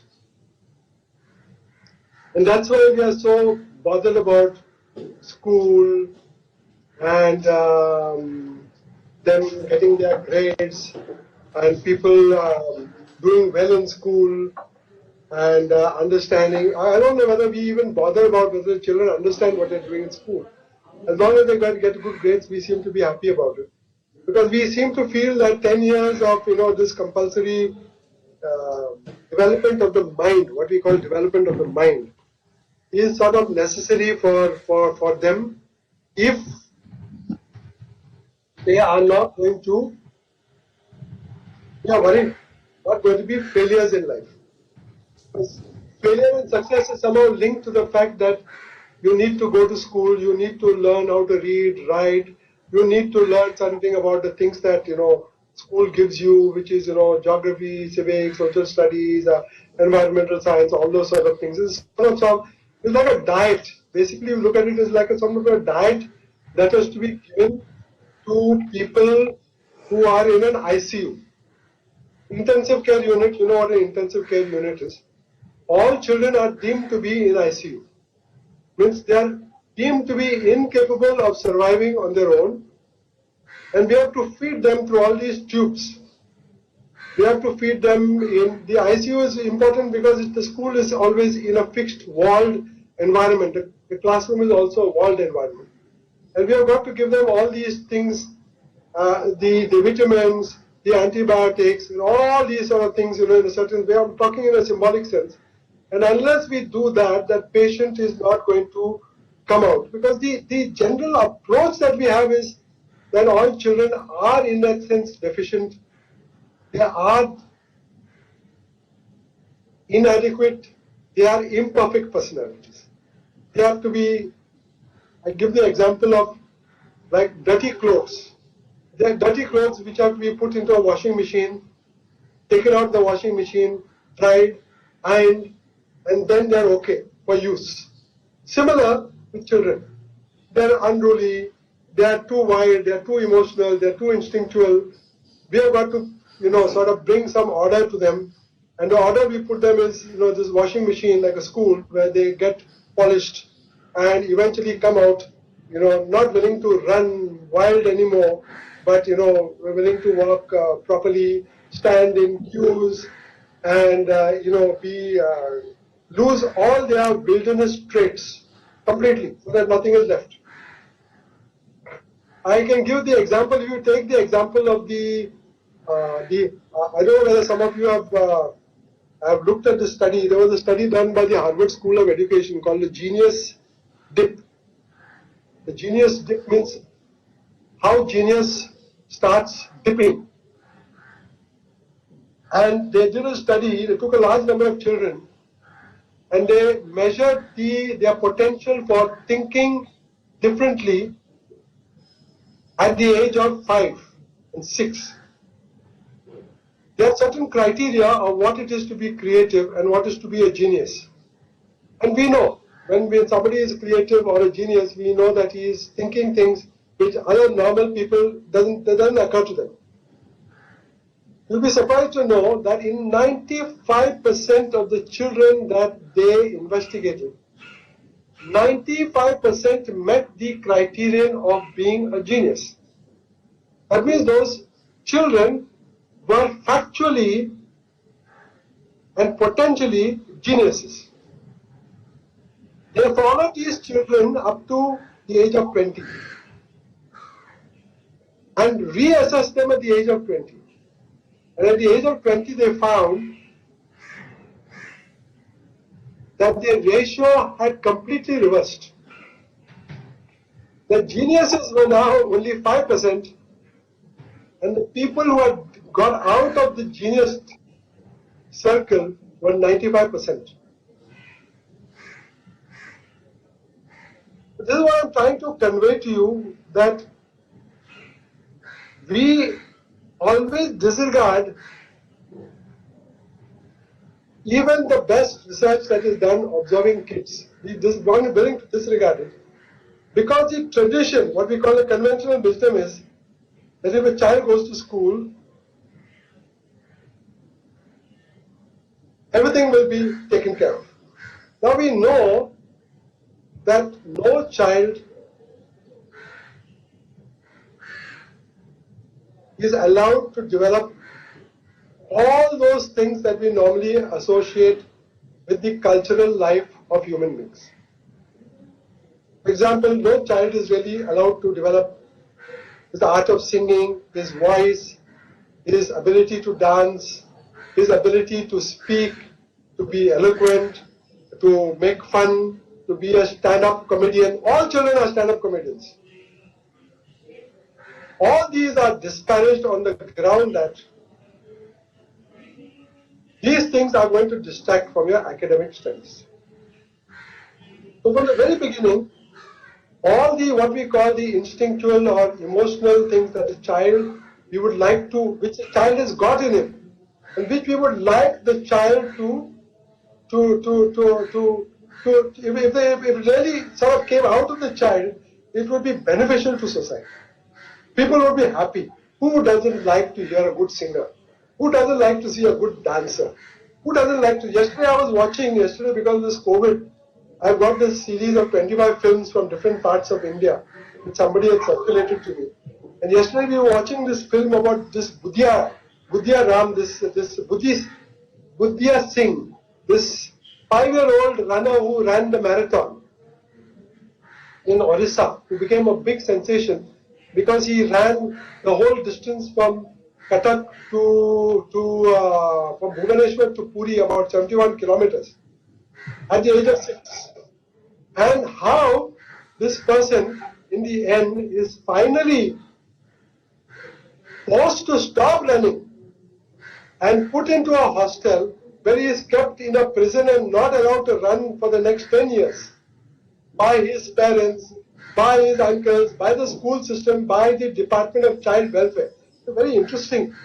Just 1 minute, I have to break again here because I find that one of my going out of the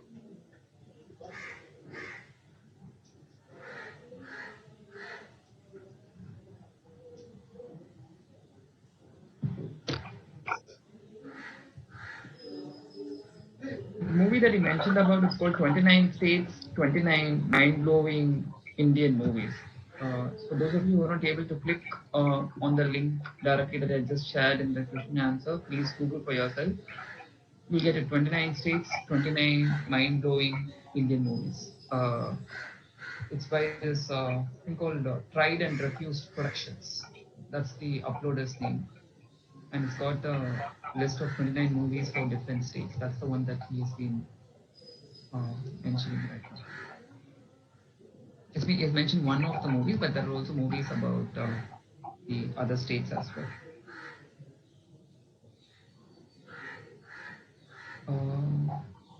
I will also try sending you other links that he has shared as well. I'm sorry, one of my chickens ran out of the compound, so I had to bring her in.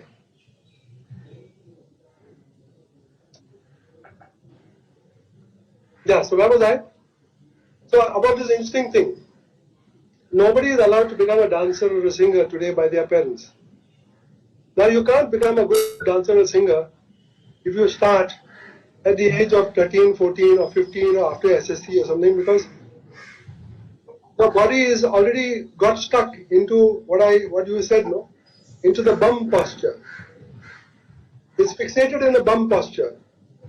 There's no way you're going to be really the time to be a good dancer or a good singer or a good, good movement specialist is when you're young. That's the time you got the maximum mobility. You can bend over backwards. You can't bend over backwards now. You're all gone. So what schooling does is, it actually consciously downgrades anything that has not got to do with the mind. And the mind is not really a profound mind. It's a very shallow sort of a mind. It's a mind that is represented in these textbooks, which are written by very poorly paid lecturers who, make it into some side income with a lot of spelling mistakes, a lot of bad examples, wrong examples. For example, the pictures of the children will be somebody from some Western country, white hair and all, golden hair and all sorts of rubbish. So it's something that you've got to guard against, and you can't, you can send your children to school. Our method was, we were at that time very busy with our law and with our journalism and so on. So we told our kids, you go to school. Go to school, no problem. But you don't worry about what happens there. Go late when you want. If there's something more interesting at home, you do that.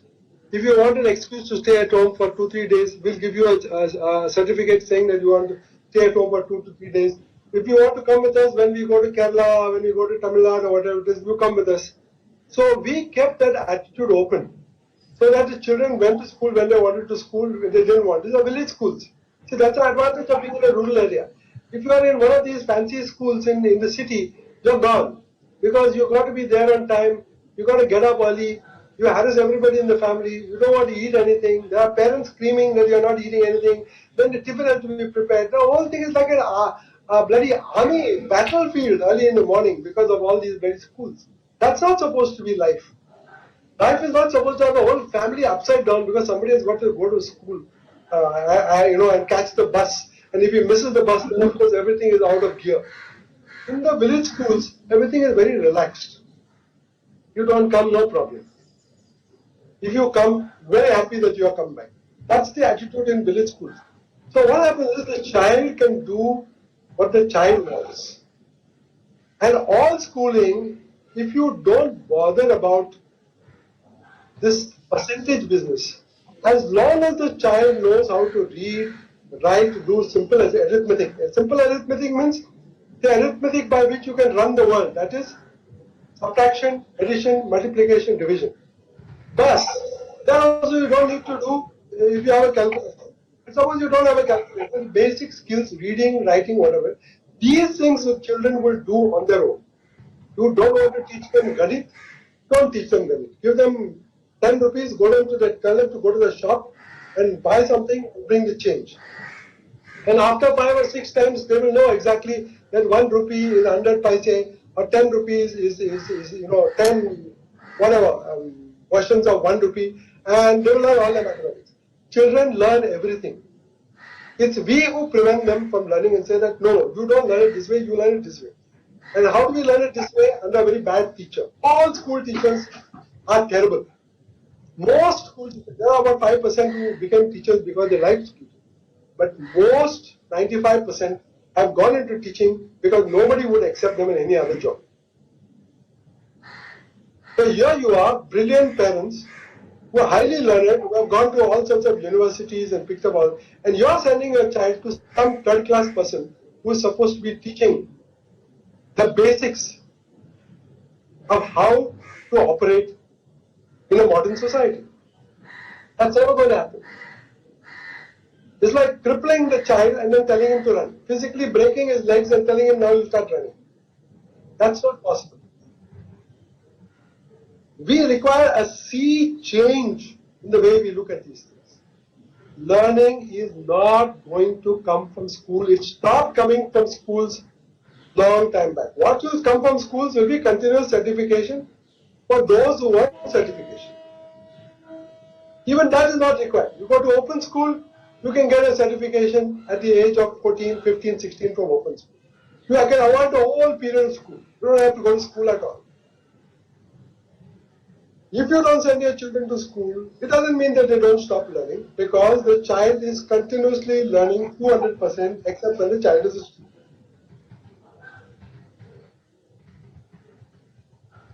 It's only we who say that somebody has stopped learning. No child stops learning at any time during day or night. Play. We have made a distinction because we come from the West. We have made a distinction that play is one thing, learning is something else. So if a child is playing, that means the child is doing something which is trivial and frivolous. It's not learning. Actually, if you look at the best of what K.B. Jinan writes, and many of the other guys write, learning, play is learning. Play is the way by which all the muscles develop, the motor skills develop, the perspective develops, understanding of distance, dimensions, everything develops through play. That's not trivial. It's a basic personality of a human being that you will learn through play. But we will stop all the play. We will make them go to school to learn that gibberish. And when we come back, we'll give them Lego toys, which is another version of the same school product brought in a different form, but presented as the latest in the world of learning. Actually, It's a good way to butcher your child is to give them Lego toys. But this is the problem. And you've got to learn, you've got to deal with it in some intelligent way. And if you look at it in whatever city you are, you'll find a lot of people who are now not sending their children to school. We used to have these learner societies and conferences which began with 200 people. Now they have reached 1,200 people every year. 1,200 people, families gather together at some place and they all exchange their experiences of how their children are, out of school now, how they're all happy people. They're singing, they're dancing, they're doing all sorts of things they never did in their life. They're traveling more because they can take their children with them wherever they go. And as long as they have the confidence that they are protecting the child's learning environment and the child's learning spaces, the child will learn, because learning is something that comes from inside. Education is something that comes from the outside.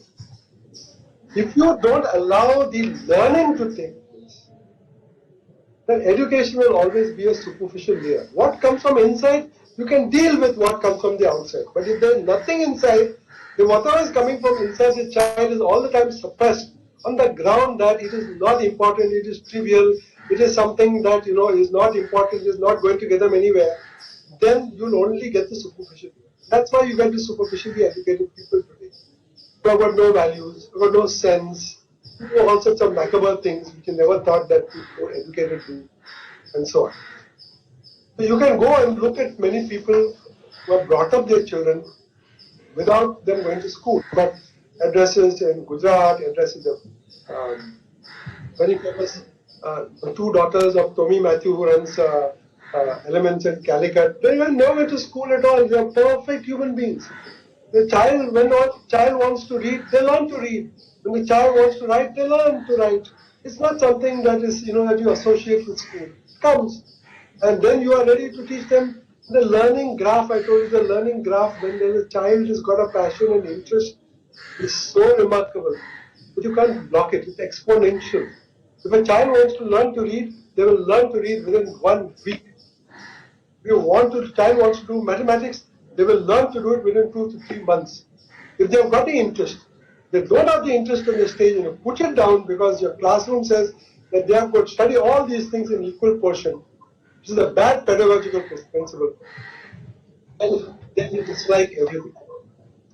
So look at things carefully, look at what other people are doing. Go for meetings where there are a lot of the homeschoolers and unschoolers meeting. You go on the net, there are plenty of Indian sites for homeschoolers where people are exchanging information, there are meetings taking place. And look at it, you may still go to a conventional school, but as I said, we didn't take our children out of school because we did this 30, 40 years ago.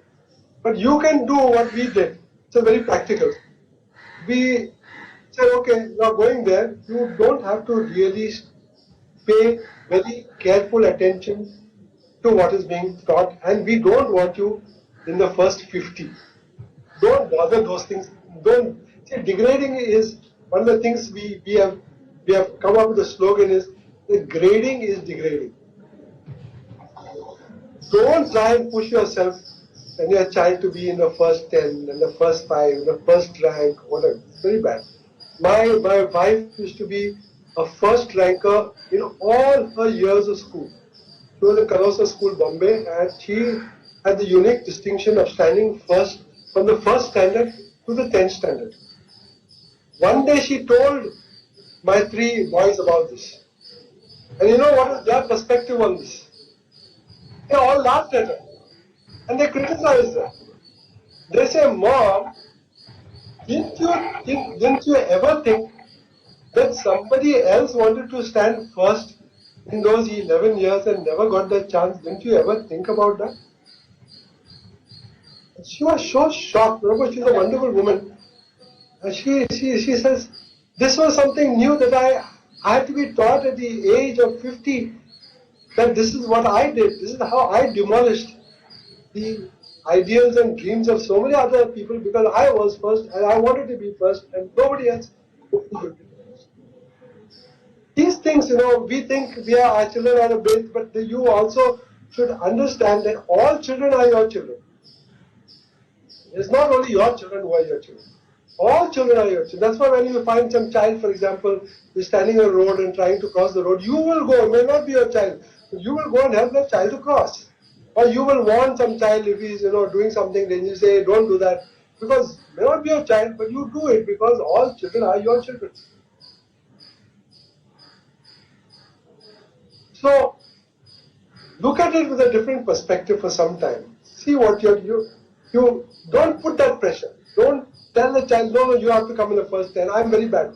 My youngest son one day came with a report card which was marked red all over. So we were a bit shocked. We said, what is this? How can you have a report card marked red all over? So he told us, this is something which we remember for all our lives. He said, I wanted to know what a report card with all red lines looked like.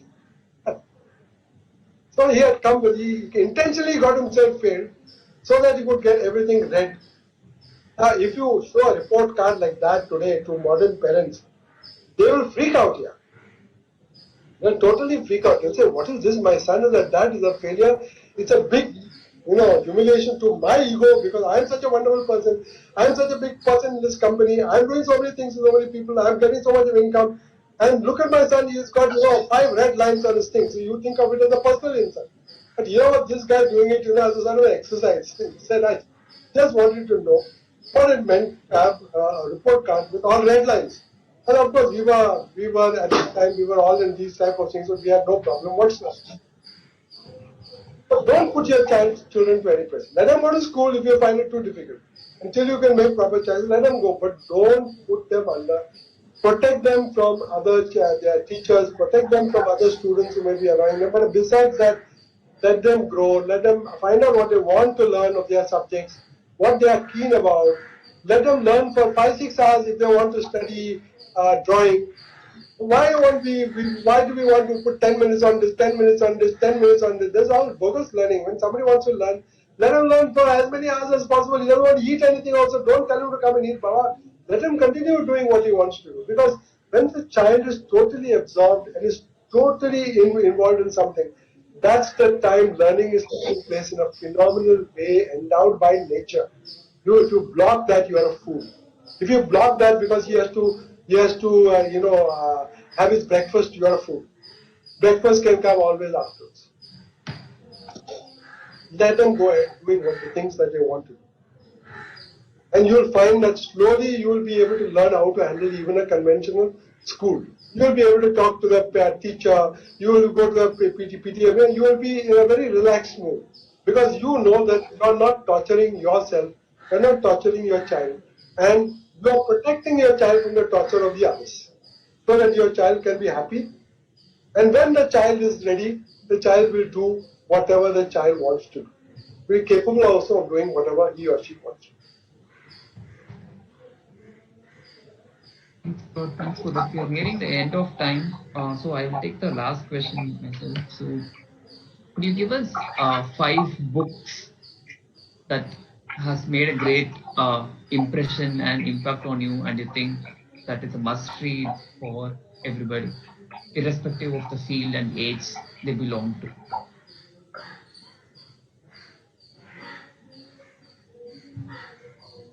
Well, one book by Gandhi is very important, that is Hind Swaraj, written in 1908. Hind Swaraj. It was very influential, for me at least. Yes, I'm not here. Yes, go ahead. Yes. The second book I would say is Born to Run. It's a book that got me back into running again.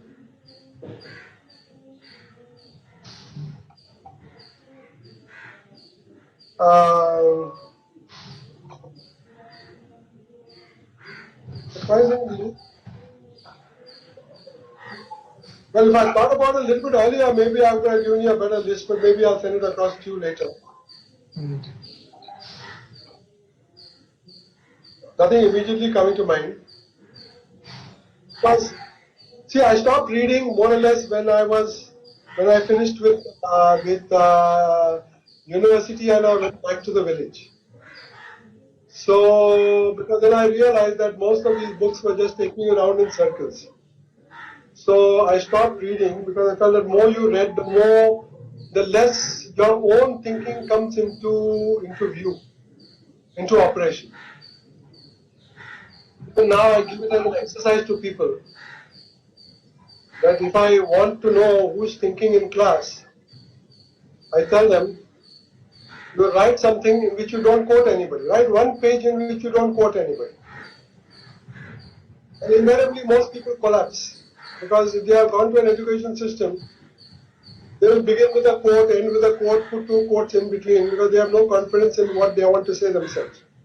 So I decided, I gave away, I had a huge collection of books. I kept on giving them away everywhere.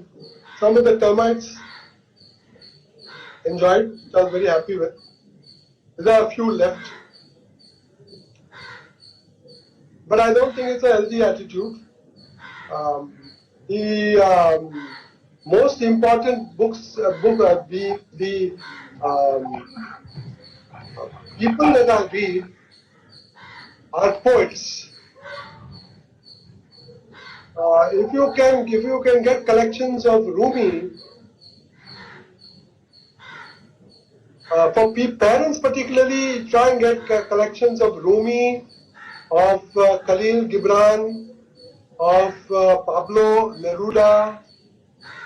These are outstanding. If you can get these are sort of books that are very influential in terms of inspiring you. Because no person who reads a text can inspire you as much as a poet. Because a poet again speaks to the heart. And poets don't quote anybody. I like people who are able to, speak their own words and their own truths. So I generally gravitate more towards poets than towards real books. But that's all. That's all. Thanks, Claude. So I thought we could end with a comment by 9-year-old Dr. Divya's daughter Yes. from Goa, Yes. Divya Singhal. So the comment is that my 9-year-old daughter came just now and saw me listening to the webinar and asked me, Mama, are you talking to Modi uncle? I said, no, he is not. And then she asked, but why does he look like him?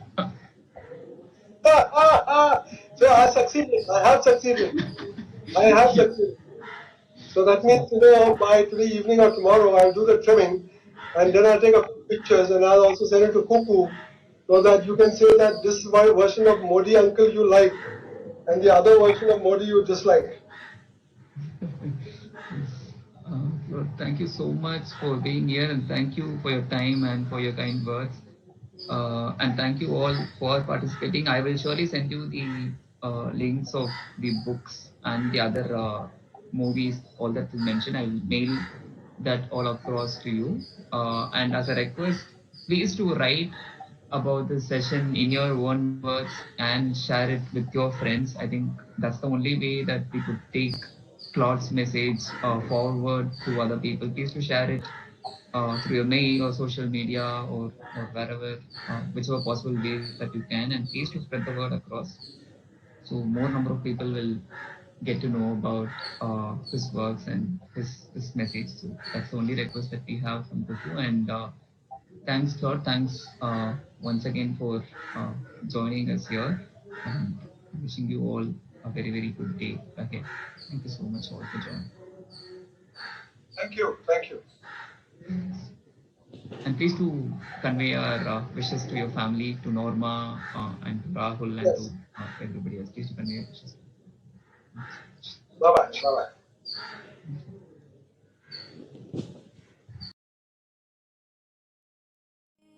சூரையமுதே Kannamma